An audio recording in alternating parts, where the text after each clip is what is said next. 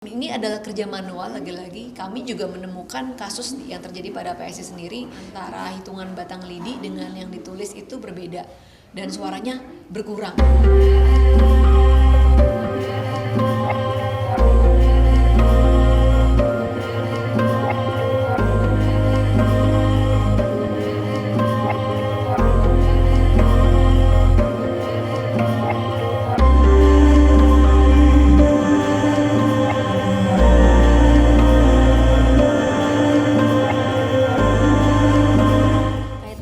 Adanya dugaan data suara tidak sah di TPS ini yang diduga tertukar atau ditukar untuk menjadi ke suara PSI ini kan sedang ramai dibicarakan ya Mbak, mungkin minta tanggapan.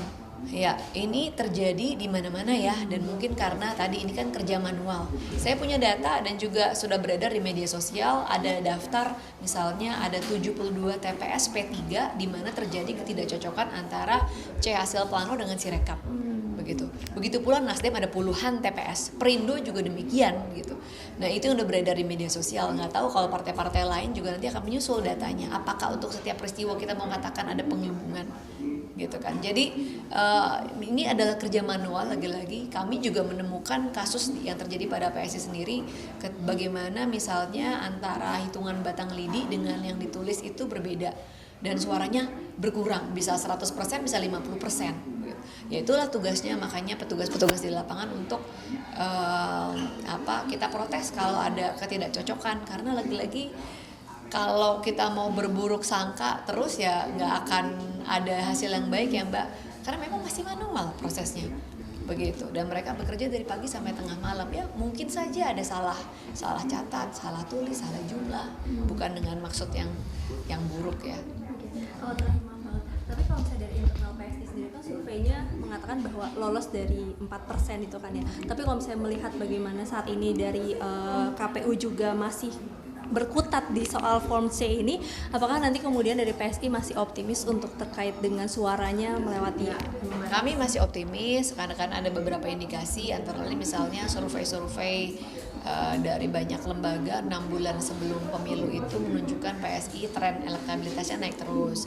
Bahkan surveinya Kompas yang tidak dirilis entah kenapa, PSI 4,4% di sana. Kemudian perolehan suara kami di provinsi, kabupaten, kota juga melonjak tinggi, sangat signifikan di DKI Jakarta. Kemudian di kota-kota ya, di Semarang, di Tangerang, di Banten, di Surabaya, di Papua bahkan naik sampai 300%, di NTT naik sampai 400%, di Maluku naik sampai dengan 600%. Jadi kan memang ini tercermin juga gitu ya, antara intention to vote sebelum pemilu, kemudian juga perolehan suara di DPRD-nya provinsi dan kabupaten kota juga melonjak drastis. Jadi kami masih optimis, kita kawal terus perhitungan real count di KPU.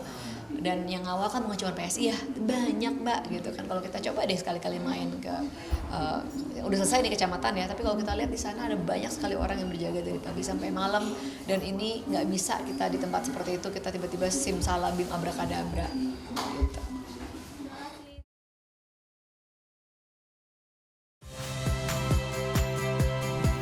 Saya Yasir Neneama. Saksikan program-program Kompas TV melalui siaran digital, pay TV, dan media streaming lainnya. Kompas TV, independen, terpercaya.